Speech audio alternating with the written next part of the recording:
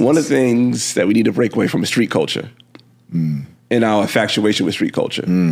So like just recently, not sure you guys are gonna hear this, but like Young Thug just got free and everybody's, oh, Thug is home, Thug is home. I'm like, but what did he do to get there? Let's talk about that. And not to mention, we could amplify that, you know, Thug did whatever he did to get himself in that position, which I'm not sure if he's guilty or not. Like, I don't know all the circumstances. I didn't follow the case. But it's like, we always glorify the street culture, but never glorify the good that we do.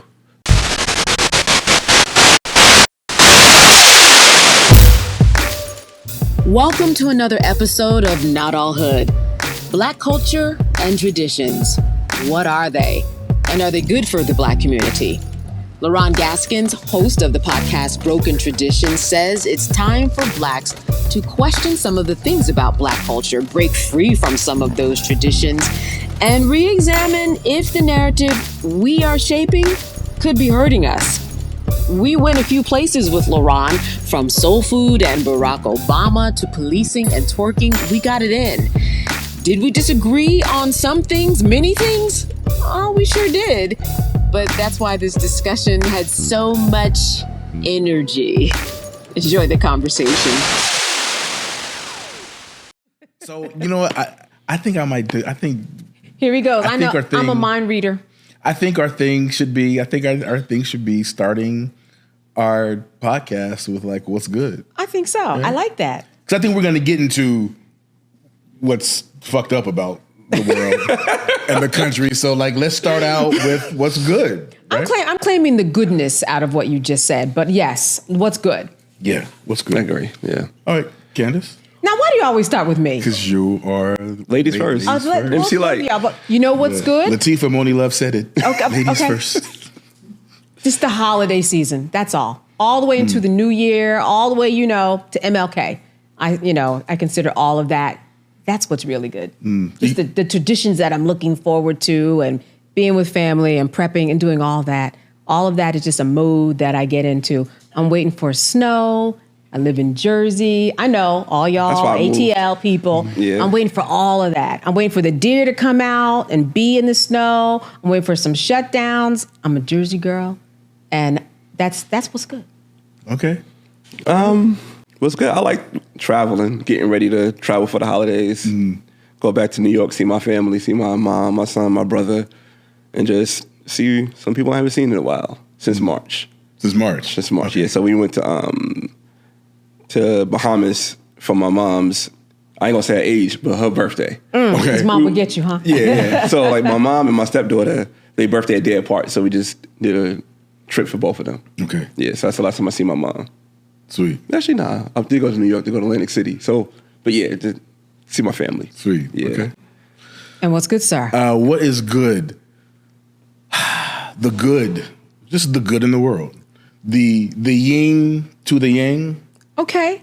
Right? Like, yeah. The fact that the light and dark have to coexist. You sound like you're talking about a Marvel comic, but go ahead. But go ahead. Because I feel like there's a lot of darkness happening right now. Yeah. Right? And it's easy to, I know for me personally, it's easy to get caught up in the darkness. Yeah. And everything that is just kind of just messed up, with our systems and what have you. So for this moment, I am acknowledging the light aspect of where we are. Yeah. And there is light. Yeah. You just have to look for it sometimes a little harder. That's all. Yeah. Yeah. It's like you're in a tunnel. You're just trying to look for the light at the end of the tunnel. Yeah. Well, I think because we're so deluged with the dark, like all the algorithms and all the headlines. I think everything, it's designed for us to be weighed down. And like you said, you have to do the work to see the light. You have to do the work to find the gratitude. Mm-hmm. Right. Mm-hmm. Sometimes you have to oftentimes we have to make effort. Right. Do you think Black people have to make more of an effort? Or is it just the same for everybody? Oof. Wow, you went there, huh? I could speak for Black people. Okay. I could speak for myself. Yeah. I think we do have to make an effort, yes. More of an effort. More of an effort, yeah. I think it's designed for us to get into that dark space. is designed through everything that we see. I know you want to start with the light, but now we start. So here we go. Quickly to the We dark. got the light. We got the light out of the way. But it's designed for us to go into the darkness. So a lot of things that we consume, the music, social media, the movies, just the news, it just brings it to that space. And it's constant. So I agree. Yes, and Yeah. I think that's a general thing. I think it's not necessarily specifically designed for Black people to be in the dark. I think it's an overall thing, and it does impact us. Like, what's the saying? If America catches a cold, Black people catch pneumonia. Yeah. You know? Yeah. So I think the design is the whole setup. And we just, we may feel it more, but I don't know if I would necessarily think it's specifically that the darkness is specifically designed for us. Really? How so? Yeah. Because when we say structural racism,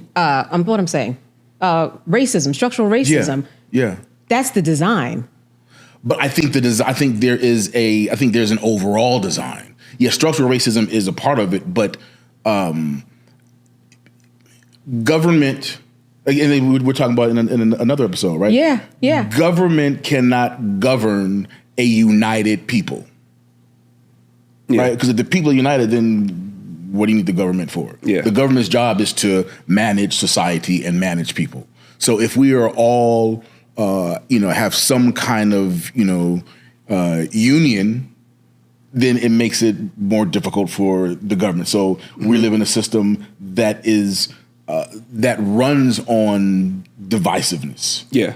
Right. So I think that's the overall, the overreaching concept to keep us all separated, to keep us all divided, keep us all in angst. The structural racism and the systemic racism is definitely a part of it, and that's what affects us. But I would argue that non-Blacks we all suffer from the same oppressor. Yeah, yeah. I mean, that's the first thing. Yes, that's true. Right? Like we tend to, oftentimes I think we tend to feel like oppression and pain is exclusive To us, which is not. Which is not. Right. Yeah, I agree. But it is definitely a different design. In terms of how we get to that pain or trauma, our journey is much different. Sure. Like we all may Sure. experience it in the words that we understand, right? But that journey and how we receive it, process it, whether it's trauma, whatever we're talking about that's bad or good, it definitely is different because of our journey and because of our history, in my opinion. Yeah. But to go back to what you're saying, I do think there's a lot of similarities when it comes to other groups. So when I travel sometimes, like say I'm in Southern Illinois and I'm like, I see a trailer park and I think about the projects. Right. And I'm seeing like, this is kind of parallel of what these people are going through and what people in the projects are going through. Like they stuck in that same spot. Yeah. Yeah, I do see parallels in that. Yeah. They just see a different savior. Yeah. What I really like about what you do is that you bring so many topics to people, and it's kind of reminds us of what we do in terms of bringing topics that people may find taboo, may find out of the range of what Black folks normally talk about. You really take it to the nth degree in what you do, and I wanted to talk a little bit about just your specific journey because of the fact that you really were triggered by food, for lack of a better way of saying it, in terms of what you eat, and then we have to think about the traditions and culture of Black people and what might be detrimental to us and things that we don't sometimes want to let go of, even though we know it's not good for us, but it's kind of innate. And that's a struggle that we all have, and you're moving the needle on that. Thank you for saying that. But so my journey, right? I'm sorry, Leron, I just want to interject. Please let that thought. Because I tend to do intros before we start the podcast. Okay. So as part of the opening. But I just want to say for our listeners and our viewers, I just want to give a shout out to your podcast, Broken Traditions. Thank you. Which Not All Hood is my favorite podcast, I have to say. But I'll say the same. I'd say Broken Traditions, like you're up there. Like you are one of my favorite podcasts. Oh, wow, that means a lot. Say. Wow. Thank you. I would love for you to, answer Candace, but I would love for you to just shout out to Broken Traditions podcast. And I love the story behind the name Broken Traditions. So if you can just start us out with that. So Broken Traditions, and thank you for that, man. That means a lot, man. Like we said, when you saw me, you was like, "Oh, I've been watching you. I feel like I met a celebrity." I'm like, so when my ex-fiance father died, that's when I started vegan. And when you jump into something, well, I'm vegan, everybody know, but when you jump into something, you go head on, full in. So I'm I'm vegan, and all the food that we eating is killing us, and all the processed stuff. So I'm thinking we just eating this bad food, and we go to his funeral, and I'm the only one that can't eat because everything is made with meat. So I was like, all right, I can't eat. I can just eat rice. And it was a lot of jokes that was being put on me, oh, we want to go outside to cut the grass to eat the bag, and little things like that. I'm like, all right, whatever. But then I'm saying in my head, the food that you guys are eating is the reason that we're here. And what was the food? Pork, chitlins, real Southern old school food. Mm-hmm. He came from a Southern background, and that was the food that they ate. But now we in, say 2016, that food is not the same as it was back then. The processing, it kills a lot quicker. Mm-hmm. So I'm we eating this food, and this is the reason why we're here. So I was like, this is something we need to break away from. We got to break this tradition. What did he die from? Cancer. Mm. Yeah. Mm-hmm. And it's towards the end of his life, they told him the food that he wanted to eat, he couldn't eat the food because it was messing with his medicine and the chemo and everything. Mm-hmm. So if he ate the food, it would have sped up his death, and they couldn't fight the cancer. So it was you can't eat this food no more. But that same food that he wanted to eat was being served at the funeral that we was at. Mm. So I was yeah. And it's crazy. I never really told that story on camera. It's let me just tell it here with you guys. I had a friend of mine whose father had heart attacks, several of them. And he was told, sir, if you eat one more plate of macaroni and cheese, right? Mm-hmm. And so I'm talking about the cheese, the 5 cheese recipe that we know that's really rich in it. He said, truly, if you eat one more spoonful of that, you will have another. He did not believe him. He was at a cookout. He ate macaroni and cheese, and he had a heart attack. Wow. Yeah, but you know what? That's because we have to understand, how the body is made. We eat all those foods, and then it clogs the arteries. Yeah. It's like when you melt butter, and then it's melted, then gets hardened again. That's what it's doing in your arteries. Mm-hmm. Anything that's thick like that will do that. Then it coats it, then it becomes clogged up. That's essentially what a heart attack is. But that's why that happened. But it is hard to be in a family situation, especially when you're talking about tradition and breaking them, and say to yourself, no, I'm not going to eat, because you do have people, like you said, who will, try to ostracize you in that process. And that's no fun. No. Now I'm used to it because I've been vegan for 8 years, but at that time it was the beginning stages of it. And it was always the same thing, And you just get upset about it. We gotta break away from this. But now at the point in my life, I don't care what people eat. So I'm just doing it for myself. Yeah. Yeah. You have kids? Mm-hmm. Are they vegan as well? No, they're not going through that. Yeah, they're just I'm not doing that. I'm not doing that. My son, he's eating his pork. Yeah. He's eating his Chinese food. What are some of the things that you see that, and tradition-wise, that you also think should be broken? In Black culture? Yeah, in Black culture. Do we have enough time? Here we go. Not do we have enough time. Should we have 3 points? Didn't we start talking about the good? I told you I was claiming the good. Okay? The dark keeps pulling me back. The dark keeps pulling you back. I think one of the things that we need to break away from is street culture and our infatuation with street culture. So just recently, not sure you guys are going to hear this, but Young Thug just got free, and everybody's, oh, Thug is home, Thug is home. I'm but what did he do to get there?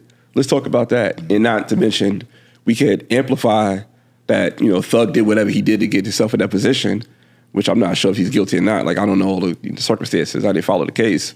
But it's we always glorify the street culture, but never glorify the good that we do. So say some young Black girl get a whole scholarship. Mm-hmm. We don't say, oh, good job. Yeah. We hype about Thug. We hype about Free Dirk. we hype about that street culture, and that street culture really have a chokehold on Black culture. I think it's like on top of everything to me, and it kind of like funnels down from that. Yeah. Yeah. You had an episode that reminded me that for the last 6-7 years, I've been threatening to get a T-shirt made. I'm going to get it made. What's it going to say? See, Dolores Tucker was right. All right. Right? I knew that. I knew that. Because I've been saying that. And when I saw the title of one of your episodes, I was like, finally, there's someone else who agrees. Yes. See, Dolores Tucker was right. Because she told us in 1990. It was 93. Yeah. She said this music was going to have a detrimental effect on the psyche of our young Black people. Okay, so but Hey, comrades, if you are enjoying the episode, join the conversation. Like, subscribe, leave a comment below. Don't get yourself blocked. Keep it clean. y'all, where did it come from? Why do you think people are fascinated with street culture? Because the people who are, when he went in, his record, the sales, number 2 Billboard, he was making money. Which one, Dirk? You talking about Young Thug? Thug? Who, R. Kelly? Who you talking about? Like, You done brought up R. Kelly. But everybody's streams go up when they go to jail. Sure. Yeah. But what I'm saying is even before that, and right now, guess what? He's still gonna make money. Yeah. He's gonna make more money. So what I'm saying is that these are things that people see as success. So my question to you is, where do you think that comes from? That if they are glorifying street culture, do you think that is of our creation? Or do you think that is of the media creation, survival creation, culture creation? Well, I think when it comes to music, in my opinion, it's our creation. We create the music, right? But we're not the one being told what to create, if that makes sense. So I think it was an interview with Meek Mill. He said, we get paid more money to rap about the debauchery stuff. And if you get into a business to make more money, why not do what the people who are paying you to do? So why not? I mean, you have to, because they're paying you. Yeah. They're funding you. Yeah. Right? Yeah. So whenever you're funded, who's ever giving you the money, they mandate what you do. Yeah. Right? Yeah. So I think it's the people on top of the music business, right? So for example, like a Jerry Heller seeing NWA, like, all right, I'm gonna take NWA. Yeah. And I'm gonna, put money towards this and create this, and this image is gonna be the new image, and that took off. So that's the controlling it. It's the people on top. But we also live in a system, we live in a country where the bad guys are always celebrated. Oh yeah. Right? I mean, even from, the cowboys and Indian days, right? Because really the cowboys were really the thugs. Right. Right? When you're a kid and you play cops and robbers, everybody wants to be the robber, right? Yeah. All of the, the gangster movies, Sure. The black and white gangster films, the mafia films. Like there is almost an obsession that we have with the bad guys.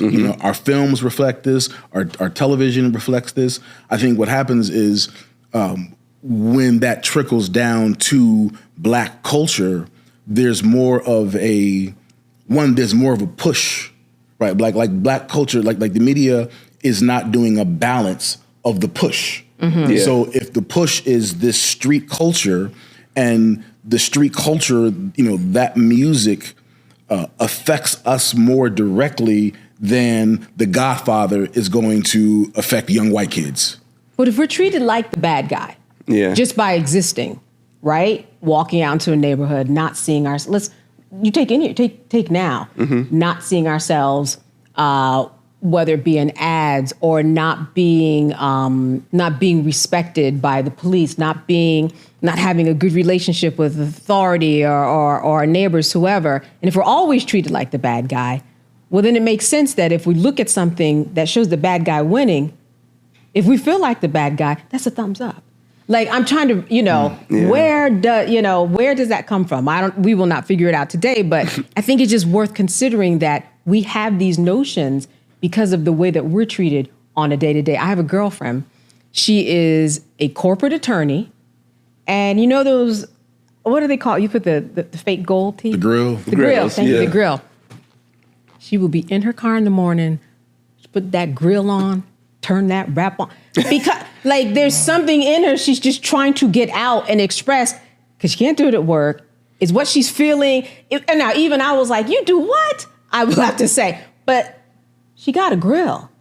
I mean, so what I'm saying is that sometimes the music, and we've talked before, I think sometimes the music is an outlet to get out some of that angst, some of that, like I said, these are Wu-Tang times, not Tribe Called Quest, though I love Tribe.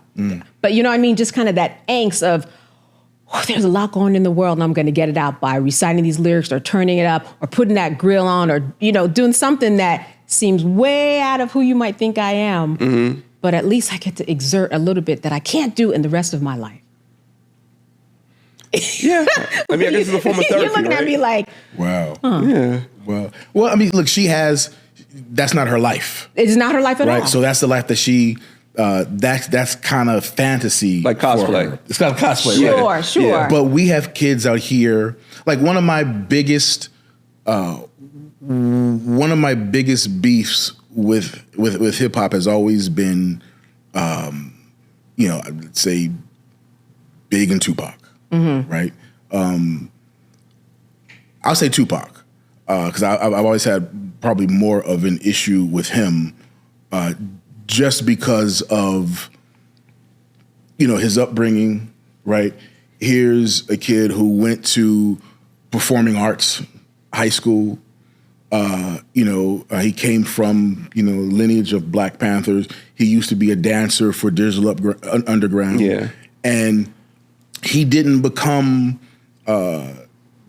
he used to brag about never having a jail record until he had a record out. Right? Yeah. So all of this thug life that he was not living, you have kids out there who really believe that thug life, right? Yeah. And who really want to be thug life, and they don't have the money, they don't have the bodyguards, they don't have the crew around them, they don't have the safety net to play at this life. Because based on what their surroundings, this is their life, and they want to go out and they want to be thug life. So I've always had, I've spoken ad nauseum about my love-hate relationship with hip hop. Yeah. But it's that street culture where there are people who have the safety of it being cosplay, but there are kids who they're inundated with this, with the music, with the aggression, with this soundtrack, that if you're listening to aggressive music all day long and somebody steps on your sneakers, you ready to fight. You ready to take a motherfucker out. Yeah. And so much of the soundtrack of our young people's lives is this music that is predicated upon the death and destruction of our people. Yeah. But you know what? Go ahead. Well, I want to ask you, so do you think Tupac, not to derail it, was that cosplay or that was... That's exactly what I was going to say. Yeah, do you think that was an act? It seems like cosplay. Well, then I have a follow-up question. Okay, sure. So I will say that I had a recent conversation, and I wish I could remember the person I had the conversation with, because they actually gave me, after 30 years, gave me a reframe on Tupac that I was actually able to accept. And I can't remember who that conversation was with. Part of that conversation was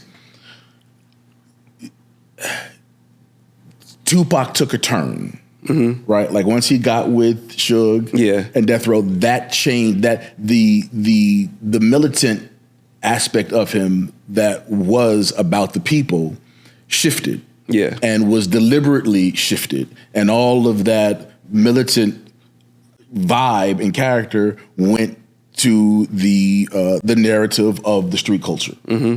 But this was a kid who that wasn't his life. Yeah. So I think in some respect it was cosplay, because he had the safety net of playing at a life that a lot of kids really live. Here's the thing about when you are a recording artist, right? And I'll take hip hop specifically. Yeah. a lot. Oh, people are gonna. I know. I'm feeling the backlash already. A lot of our recording artists in hip hop, for me, are puppets. Oh yeah, right. Who are perpetuating the street culture narrative. Yeah, right. So part of the problem with what we call trash, those of us who are a little older and called, what we deem trash in hip hop now,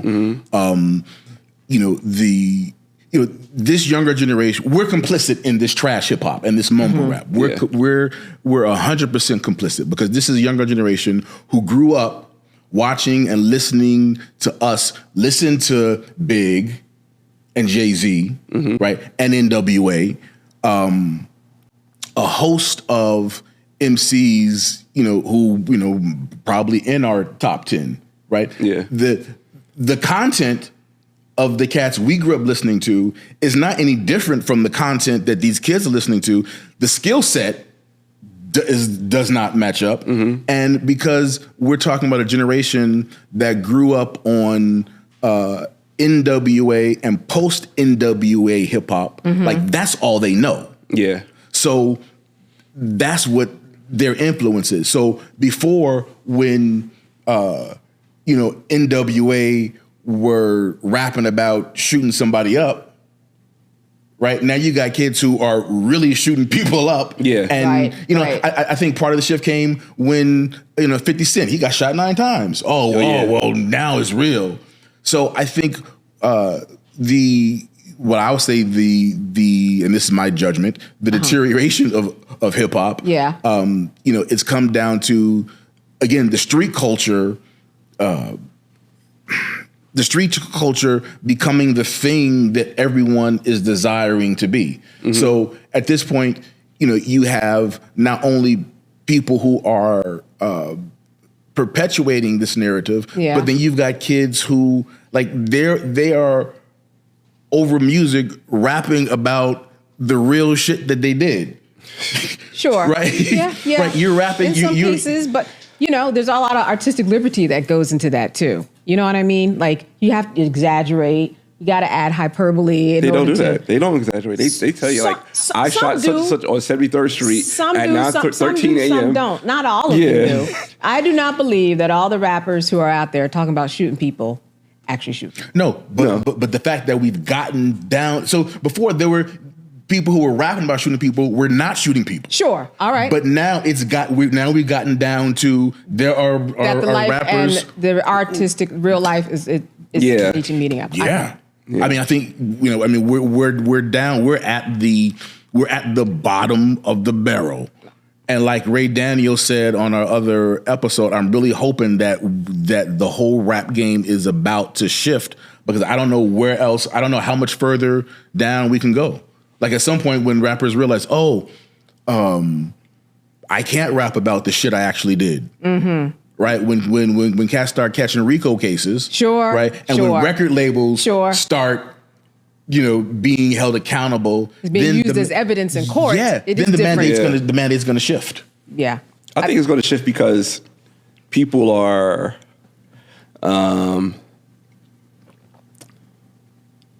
they don't want it no more. They don't want it no more. Like, people don't want the sexy red no more. People don't want. Really? I think so. I think it's maybe because it's my group, but I think people just don't want to hear it no more. Man, I don't. Okay. Also, in all transparency, I don't do the deep dive in hip hop like I used to. So that's actually surprising news to me. If people, I don't know, because Glorilla's she blowing up. Yeah, she's blowing up right now, and I saw this post. I think we all saw it a couple of months ago, and it was these young female rappers whose whole shtick is the hypersexualization. It's called pussy rap. Wow, that's the name. That's what it's really called pussy rap. And they feel empowered. Like, there's this whole movement of like, we're running things now because we get to express ourselves, and there's this sense of empowerment in the pussy movement. It's called pussy rap. Pussy rap. Like, you got drill rap. Yeah. It's a whole movement though, but that is part of it, and that they are taking back or saying, I'm going to be in charge of myself, and you and your eyes on me, that's on you. I'm dressing for myself. I'm just saying that's a perspective. In other words, I'm dressing like myself. Y'all eyeing it or doing it in a different way. So how did it become pussy rap or pussy, the movement? Or because if I'm twerking or if I'm showing a lot of cleavage, okay, I'm fine with it. What are you saying? It sounds like there's a projection on women who many times are just taking control of what they have and taking agency over your body. Yeah, and my pushback on that is I don't know how much taking control. Again, somebody's giving you money to do this. I'm making money. Ask a stripper. Now, not all strippers want to be stripping, but some strippers are like, yeah, I made $3,000 this weekend. Tell me where else I'm going to do that. Yeah. And but many of the ones that I know of or see on TV, they're not even having sex, or they're doing things that are kind of provocative on OnlyFans, but they're making that money. Yeah.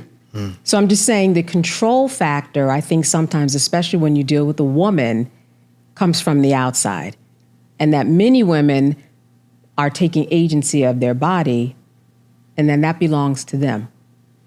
Kind of, you're invading my space because of the eyes that you put on me. Yeah, I'm not sure if 100% follow. How about 90? Can I get you to 95, sir? Right. Because you know what I mean? So because it sounds like there's some judgment. And I'll cop to that. There probably is a lot of judgment on my behalf. Against pussy rap? You say that so freely. I love that's what it's it. called. It's like, yeah, you're right. I'm like, wow, yes. Like, your name's Candace. That's what it's called. That's what it's called. I see it. You're like, well, pussy rap? He's like, I'm going to do it again. That's what it's called. Yeah. That's what they categorize it as. And by that, you mean that a lot of what they rap about is about, their sexuality. So and that's all a subgenre of rap.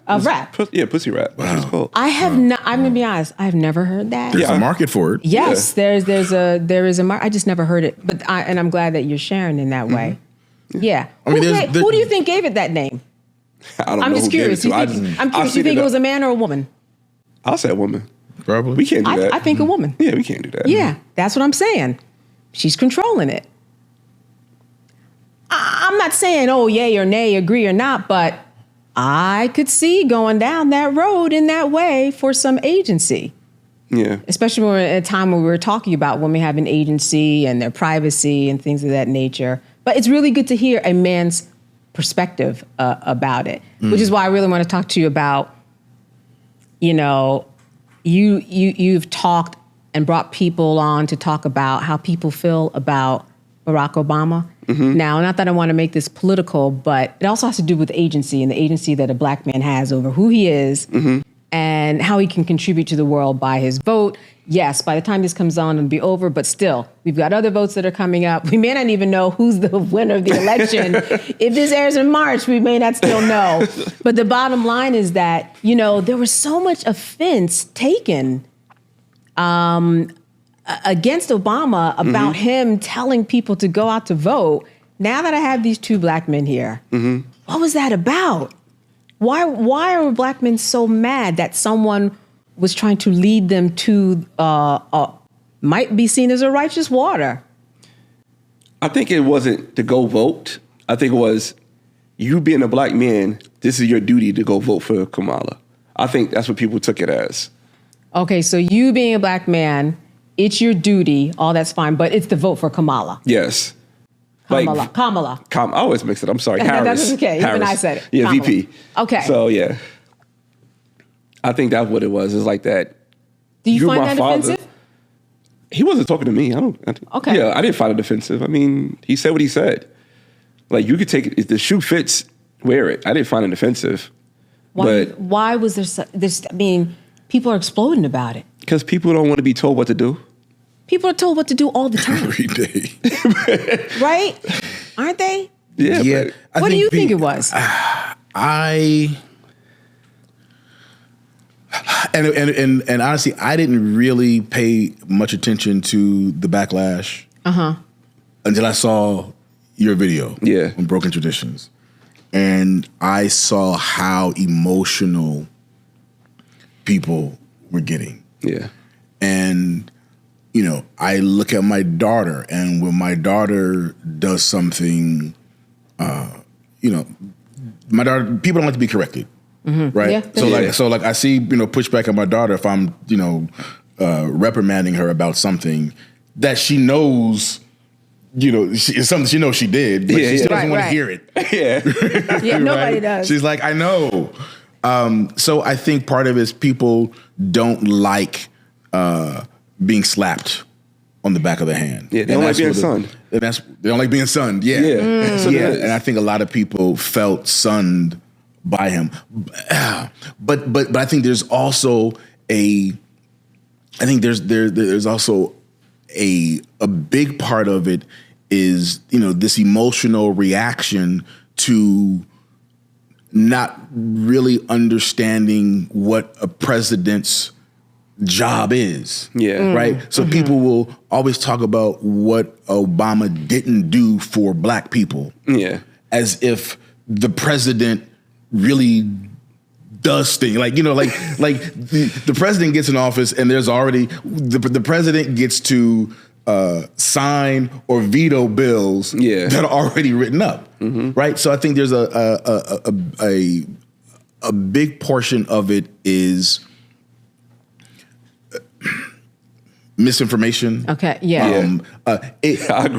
Ignorance, and I mean ignorance in the purest sense of ignorance in exactly how the job function actually works. Right? There was the guy in your video who. I picked those videos for a reason too. Right. Yeah. Good reason. My wife was like, why you find those videos Dude went to he hit me like all in my heart and gut. Which one? The one about Obama, you didn't say nothing about reparations. What are you supposed to say? Right. What is, because, and you know, like a president, it's not the president's function. It's so many layers. To give reparations. It's so many layers. Right? Yeah, there are a lot of layers. So I guess what I took away from that particular dude was the fact that there was no acknowledgement of reparations, right? Or no acknowledgement of. But he spoke about reparations. He did. I mean, I'm trying. What he's done. Dude hit me in my heart. Like, I'm trying to. But I chose that clip. I chose those clips for a reason. Yeah. And I also think it has to do with the fact that we're just online. We can say so much at any time, our opinions, that we're less confined with what we say. So then we just say anything, and then it just becomes to get clicks. Yeah. You know what I mean? Do I think all of them are really that? They would all act different if they were in a room with him. Oh, yeah, for sure. You know what I mean? Sure. But now I'm in my little siloed space and I can just say whatever I want and run my mouth about the president. And I think that they were harder on him. But, you know, that's what we do. How about we break that tradition? Yes. We are much harder on ourselves as a community than I think sometimes other people. Yeah, I said that in my episode. I said we were harder on Obama than we were on Biden when Biden said, if you don't know not to vote for me, then you're not black. Yeah. That's right. Which is way more offensive. No doubt. Way more offensive. No doubt. And I was like, damn, y'all got a lot of. I mean, you know, people can feel how they feel, but damn, y'all let Biden slide, and you voted for Biden at 90% clip. So it'll make sense. It just like you said, be hard on ourselves. Yeah. Yeah. I mean, and I understand it. I mean, because we want to see ourselves do well. I think that's what it comes from. Like when I catch myself, I say, "Ooh, why am I so hard on this restaurant?" For example. Yeah, that's a good one. Yeah, you know, why am I hard on this restaurant? I'm harder on it because I just want it to do well. I want it, especially the later. Yeah, from what I hear. I don't know, y'all can fill me in on that. But yeah, it is definitely one of those things. But I mean, if you are chicken and biscuits, have biscuits. You gotta have the biscuits. You know what I mean? I don't think that's asking for too much. No, it's not. I guess that's probably why I'm so hard on hip hop. Yeah. Right? Because like you want it to do better. You want to see us do well. Yeah. Like, you gotta let it go. Like that's like me with the Knicks. Like I can't care about the Knicks no more. Like I had to let it go. Like I'm not a Knicks fan. I don't care what y'all do. I don't care how far I let it go. It's like being in a bad relationship and you know she cheating on you, just let it go. That's the Knicks for me. Well, let it go. Let it go. Let it go, or let her go. Let it all go. Let it all go. Elsa. Let it all go. Oh my goodness. Comrades, if you're enjoying this episode, join the conversation and make sure to like, subscribe, and comment below. Nah. And not to harp on hip hop, we can get off of it. No, I love hip-hop. You mean to But one harp of the on hip things- hop. okay, Do not good. get it wrong, and that's okay. But I'm I'm gonna roll up this carpet in 1 minute, though. Okay, good, cool. I used to, there was a time where Biggie and Jay-Z could do no wrong by me. Yeah. And it was a weird thing for me because everything they rapped about everything that I hated about hip. Their content was everything that I stood against, but it was their execution, right? It was the lyrical. It was the lyrical way in which they were telling these stories. Yeah. That was undeniable. Wait. You said it was undeniable. So when Biggie said, "I thought it was a trip. You look so good." I saw people I was like, that's not even. Nah, bro. I'm not even. Nah, not that one. Not that one. You want me to roll up that carpet? Yeah, right. Not that one. Not that one. I couldn't resist. My bad. Not that one. And also not the one. There was the one that. And again, it goes back to my love-hate relationship. Yeah. It was the one where on your episode where your man was he was reciting a Biggie verse about robbing a pregnant chick on the street. Yeah, he said, "I'll take you your number one mom pendant." Yeah, that wasn't cool. Yeah, Biggie had some flagrant lines. Like he was crazy. But there was fuck fist fights and lame scuffles. Pillowcase to the face make the shell muffle. Shoot your daughter in the calf muscle. Fuck a tussle. Nickel plated. Sprinkle coke on the floor and make it drug related. That's crazy. That's a movie. Yeah. Right? But So but you see what I'm saying? Just in terms of like the kind of and that is an artistry that the line that you just quoted that I won't even quote you. So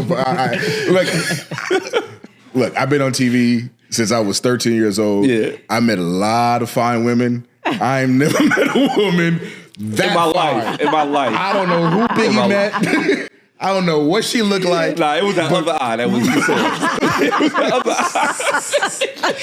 Right. It was that other eye. He saw double of the chick. Yeah. I never seen that. I mean, he like what he likes. But I don't know. But for me, so when I listen to just I don't know. There's a certain level of, and again, and for me as a poet, as a writer, as a lyricist, I've just always wanted to see hip hop do better. So back to the our being hard on our own people. I'm definitely going to be hard on the music period, whether they're black, Latino. I'm going to be way more hard on you if you're white or Latino. Yeah. Right. But I think for me, it's the just wanting to see the art do better. Yeah. So you say you're being hard on Latinos. So like, how you feel about Latinos in hip hop saying the N-word? Like Fat Joe, Cardi B. I said in one of our first episodes that I think nigga and bitch should be deaded from hip hop, whether they're black, whether they're Latino, whether they're white. It's just I think it's tired. But you know what? So but this is what I did realize though. And I'll get off the N-word, topic. But since that episode and, going back and forth with people about the word and a bunch of thumb thugging on, on social media, right? And I realized my assertion, my theory as to why black people hold on and will bend over backwards to justify using nigga in their vocabulary is because it is the only area of superiority that we have. No, we don't. It's the only area. No, in that I can You say mean that this we can word. assert it and say it? Yeah, I can say this word. No, you we can't don't. say this No, word. we don't. Okay. We don't own it. Explain. We don't own No, it. no, no, no. I'm not. We don't have this. I'm not saying we own it. I'm saying it's the only thing that we can say we can do, but you can't do. We have nothing else that we even feel we have some kind of ownership. Because I don't believe we own it either. Yeah. But I do believe that that's the only thing that we have that we can say you can't say this. We can't beef with anybody over anything else. Yeah, the beef is that when it comes to the N-word because, there's no real repercussions of it no more. Like we said, Fat Joe, he could run around and say it all day. He could tell you I'm saying it even though we have a problem with it. What's the repercussions? Cardi B, what's the repercussions? Like you said, some random white dude on Twitter, what's the repercussions? There's no real repercussions no more. Then when somebody do use the word, and even though that we use it amongst ourselves, we would overreact so bad that we will go to jail for it. That's why I said we don't own it no more. Only thing we own, we don't own the N-word, we own braids. We own cornrows. We could police cornrows, but we can't police braids. We use the N-word. Like, people will go to jail for it, but there's no repercussions for I don't see it no more. We don't own it no more. Well, I mean, there's repercussions in terms of hate speech. Like, you can't, if someone said the N-word to me. How you say it. Oh, I'm going straight to the police. If someone said the N, if I was at Target and someone said the N-word, I would go to the front where I could get reception, because you can't get it in, go to reception, and I would call the police right there. So. Yes, I would. So you got some. I mean, because that's why we have hate crimes that are out there. That's why we have hate speech. That's why I would use that. But that doesn't prove ownership or anything. But I'm saying that repercussions are there that people should definitely be aware of and exercise. So if somebody said it to you as a term of endearment that was white, it's... Wait a minute. Because that's how we use it. I'm trying to process that. Like, all right, so... In real time, not like I'm listening to it in an art form? No, so...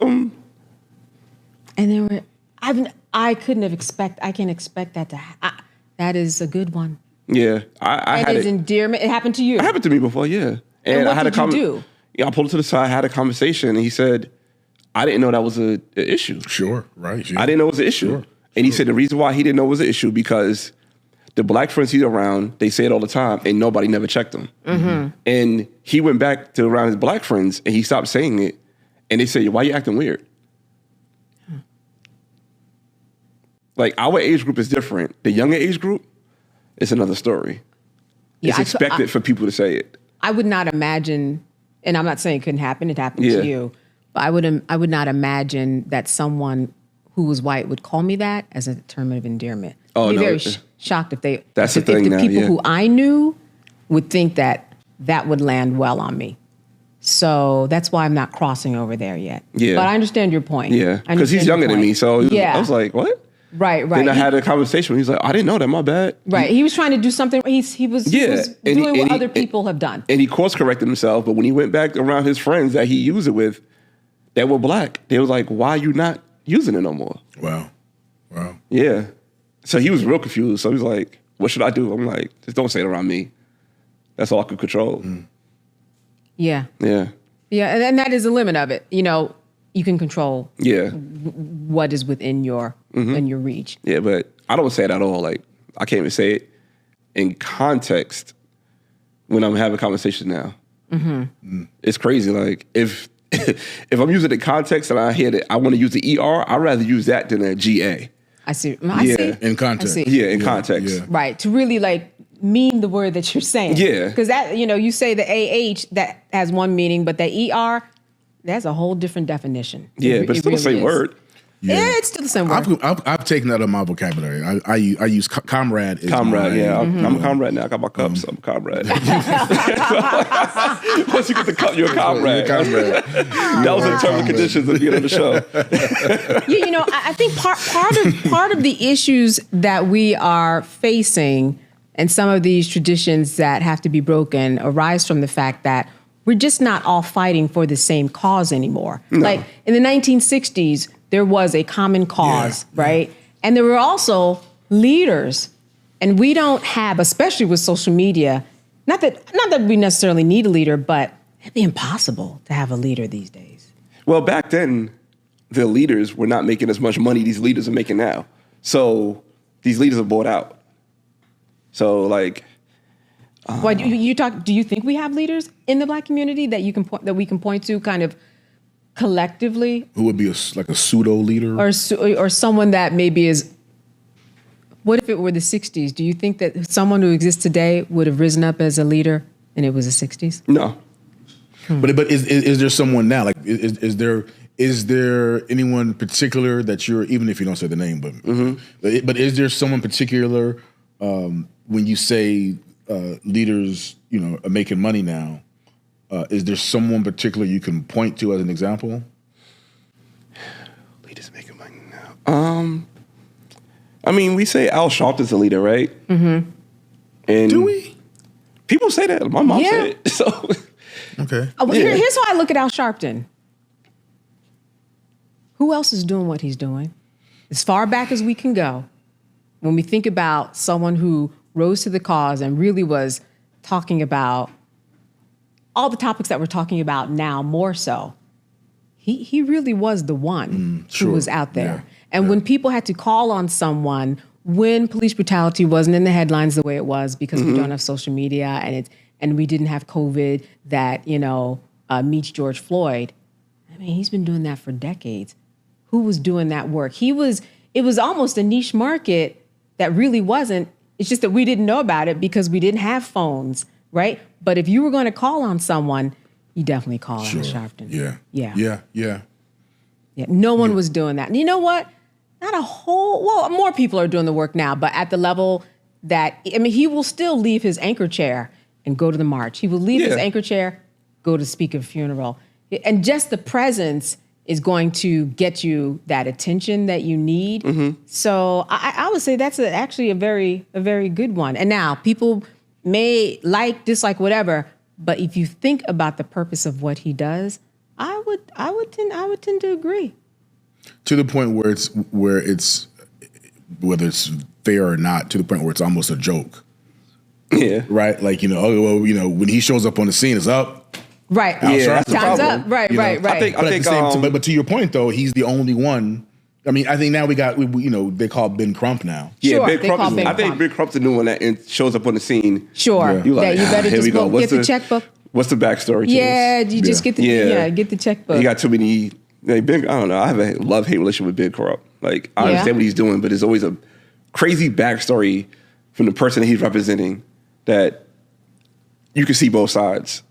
Like that guy that was in Georgia that was choking the cop. Okay. And Ben Crump was like, oh, he's just a good man. This man was choking the cop. What's the cop supposed to do? Well, I don't know which one we're talking about. Okay, I think his name is Leonard Cure. That was his name. Rest in peace to Leonard Cure. No shade to Leonard Cure. Mm-hmm. But it was he got pulled over by the police officer. Police officer said, you speeding. Regular routine stop. And he said, get out the car. He get out the car. Words were exchanged. And the guy started putting his hands around his neck, choking him like Homer Simpson choking Bart Simpson. Like in the cartoon. That's what it looked like. I got you. Okay. And he's like going down. He's like, yeah, bitch, you about to die, bitch. Okay. That's what he's telling him. Oh, wow. And the guy pulled out his gun and shot him. Oh, wow. Then that story didn't get out yet, but I know Benjamin Crump had to see that footage, but he still did the press conference, still had the mom say his name. We got to get this awareness out. And I'm like, well, you know what? That's because, listen, was that protecting and serving? He was just giving the guy a ticket. Like you said, it was a regular ticket stop. I seen a video. It was a regular ticket stop. And he started choking the cop. Okay, I'll have to see it. Yeah, he started choking the cop. Words out. Yeah. Look, we'll have to hear from the peoples because I have not seen that. Yeah, it got swept under the rug. But you have to understand what came before that. And I'm not, saying anything about... Yeah, but we got to do case by case, don't we? You do case by case, but listen, case by case isn't just case by case. Let's talk about I'm stopped. When I'm stopped, it's not case by case. It's every case that came before me. I'm like, there can't be a problem. Let me see what I need to do. Let me turn down my music. Let me put on some glasses. Let me do something. Mm-hmm. You know what I mean? Because I know I do not want to be a hashtag. So it's not just me right there. It's the precedent. It's everything that's come before me. Mm-hmm. And for y'all, it's even worse. It is not case by case. If you are driving at night and a police officer pulls you over and you're like, I'm doing everything correct. This is a new car. Can't be a light. Wasn't speeding. That is not a case by case. You were going to pull down that window thinking about, correct me if I'm wrong, all those headlines. Sure. I used to be like that. So are you not like that now? No, because that's not my experience. That's true, but their experience is a black man. And that's all that we've seen before. That's their experience. Just a black man, which that's what you are when you are putting up. I don't believe that. You don't think that when you are pulled over, they see a black man. All right, how crazy this may sound, I don't experience that in the South. I experienced that when I lived in New York. So you have experienced it. Yeah. Okay. But the reason why I stopped saying that's the case, because I had that mindset. I call it identity. I had that mindset, and I was driving to North Carolina, some one hotel town, and I'm the only car on the road. I'm doing 90. I'm looking crazy. Okay. Rental car, and this cop pulled me over. I'm like, oh, God. I was about to call my son on FaceTime so he could have evidence of what's going on. Well, that's what, okay. Yeah, I'll let you, so I didn't do that. I just, you know what, I'm just be calm. The cop's like, yo, you good? I said, yeah. Old white cop, nighttime. I said, I'm sorry, was I speeding? He said, yeah, you was doing 90 and a 50. I said, all right. He said, where you headed to? I said, I'm headed to the Hampton Inn. He knew I wasn't lying. It's one hotel in the town. Yeah. And he says, oh, you go to the Hampton Inn? Oh, tell such and such and say hi. All right, have a nice day. And that was it. I wasn't aggressive. I didn't have all that rah-rah that we see prior to the escalation. But sometimes there's not the rah-rah. I do understand what you're saying. Yeah, but many I times leave with my energy like that. And neither do I. I make out well. Yeah. But I do have that in mind. I do have. I'm. Listen, that's good to hear. Yeah. I just know many black men who brace themselves, as well they should, because of the headlines. You just have to adjust. You tell me. But I used to believe that. I don't believe that no more. Well, I do believe in and I do experience the bracing myself, right? Mm-hmm. I think it's because of everything that we hear, all the headlines that we read, all the videos that we've seen. We don't see the videos of the black man in the car and he's talking, politely to the officer, the way our parents have taught us to interact with the cops when we get pulled over. And so we don't see footage of that kind of situation escalating, right? All the footage that we see is I've seen it both ways. Okay, so I've never seen that. I have seen it rise up out of just a simple interaction. Period. Oh, yes, and there are dozens and dozens. Yeah. And then there are other people who are like you, who everything is just fine. It is not every cop. I mean, not every time. I had guns pulled on me by cops, but I was in New York. Pull out the car. That was in New York. Yeah. All that, it was in New York. I guess NYPD and Long Island cops is a different breed than Atlanta, but yeah. And plus, it's the editing of the video. If the video ever gets let, this is before body cam. Sure, yeah. Like I remember being in New Rochelle. I was at the New Rochelle Mall, and Cosby was still on, and I go into Foot Locker with a couple of friends, and this frenzy started, and we're like, okay, we need to get out of here. So we start, fast walking out of the mall, kind of, start into a trot. we get in the car in the underground parking garage, and I'm swerving to get out because now people, are getting in the car to follow. That's crazy, right? So I'm trying to swerve, get out the parking garage. I get out, boom, I'm gone, and then cop, pulls me over, and so now I got people, standing by looking. And I'm frustrated because I'm trying to get out of here, and now this cop's pulling me over, and he pulls me over. I get out the car and walk up to him like, "What'd you pull me over for?" He said, "Get back in the car." And the way he said it, I was like, "I'm in the wrong." Yeah. I've got all of this aggression because I'm like, you should see you see all these people following me. What are you doing? He was like, get back on the car. And I realized that there was no reason for me to jump out of the car with all of that hubris, asking him why he pulled me over. Yeah. But it was my automatic, even though my father and mother have both had the conversation with me about how you interact with cops if you get pulled over. Sure. But for me, it was all of that aggression and all that frustration and all that thug life. You had Tupac playing? You had Tupac playing? All the hip hop aggressive music I had. But wait. Also, I'm sure a lot of fear, a lot of things kick in when you're like, you have all those emotions coming. I'm not saying you were in the right or wrong. I'm just saying that I was in the wrong. you were in the wrong. I was in the Okay, wrong. you were I in was the in the wrong. wrong.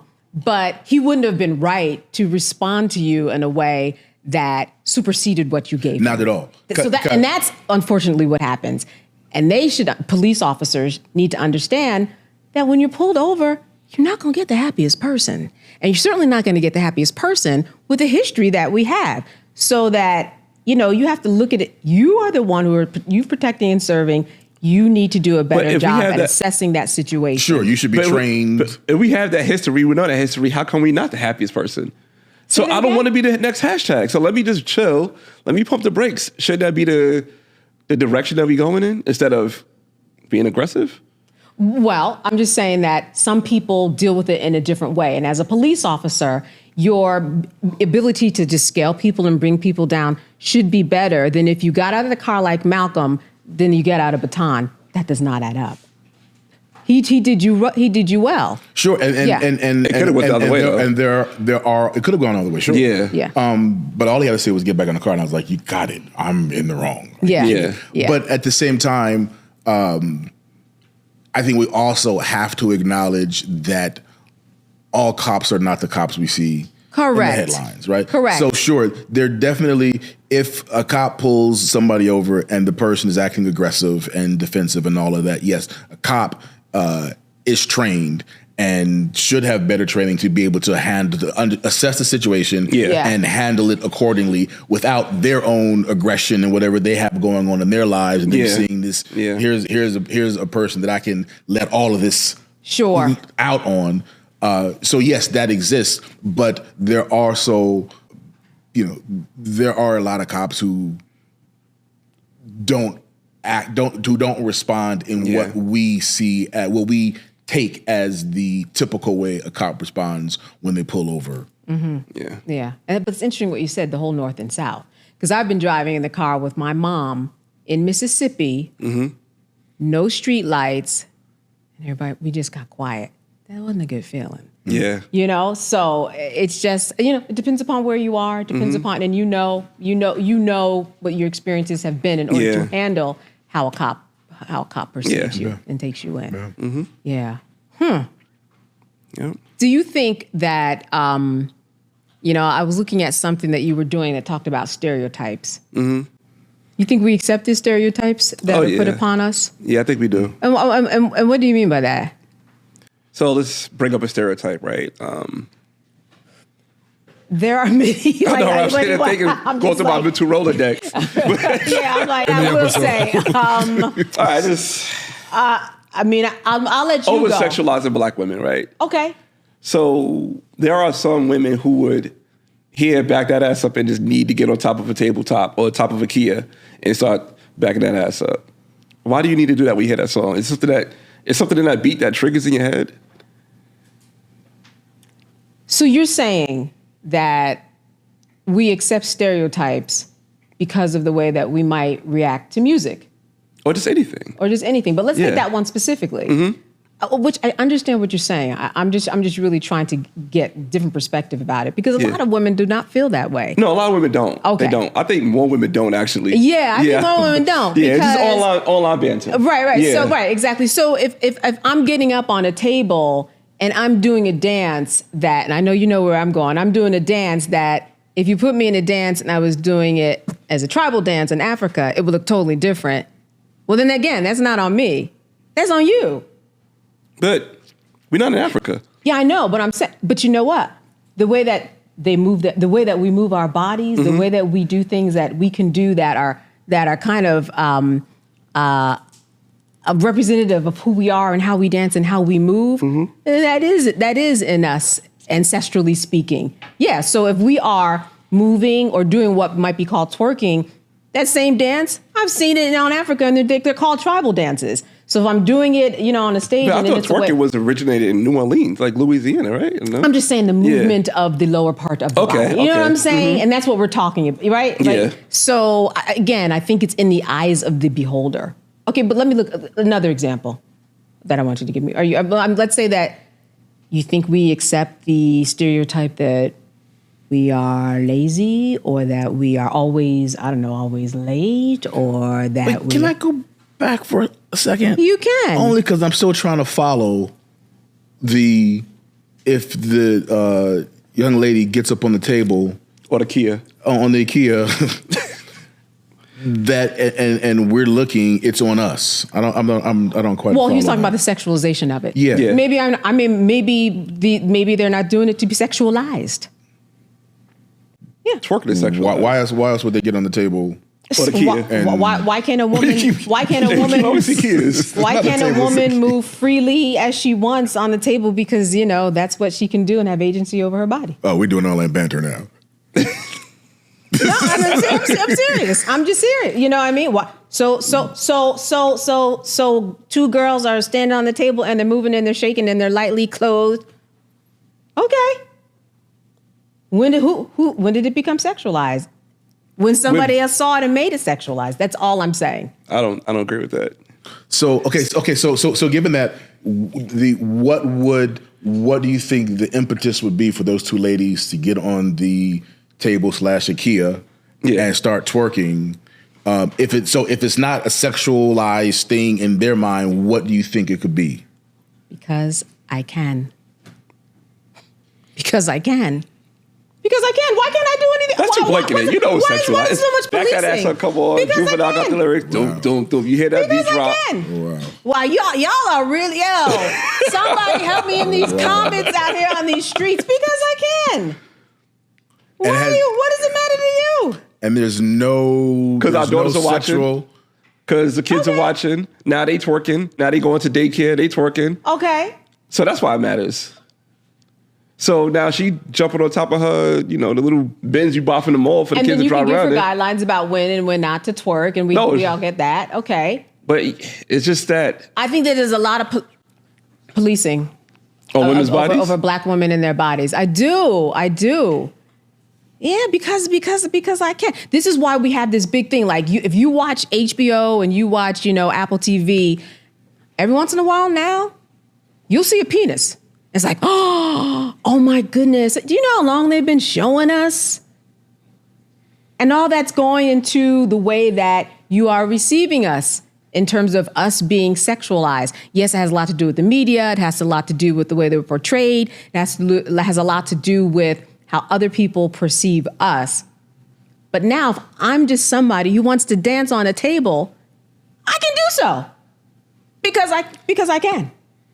I think it's a lot of policing. It'd be okay if I go outside meantime, we see a penis on TV and it's like, oh my goodness. That's not okay. You can't do that. You can't just... Say that again? If I just go outside and swing my dick around in front of... you can't just do that. No, and we're not doing that either. Yes, you are. You shaking your ass on the Kia or Nissan Altima. She's saying a clothed ass. Oh, clothes. Okay, so I had on gray sweatpants, I guess, and it was going like this. You go right to the police station, sure. Exactly. So... But that's not what we are after doing. That, some little boys let me go around do the same thing. No. You know what? I'll just wait for the comments. Right. No, I'm serious. You know what I love about this, though? I'll just wait for the comments. Out of all of these episodes that we've done and the year that I've known you, I think this is actually the first time that I can't rock with you on that. And actually, I kind of love that, though. Because we rock with each other on, like, a few almost things. Everything. Like it could be boring because we rock on almost everything. But I think you lost me on this one. You know what? I'll help you find yourself after we wrap. Okay. Yeah. But three words. You want to meet at IKEA? Yeah, we'll meet at... Can we just leave on... Look, 3 words is food for thought. Because I can. No, you can't. Hey, comrades. Come join us on our Patreon page. Where you can get behind-the-scenes footage, discounts on merchandise, and exclusive content. We'll see you there. Not all hood.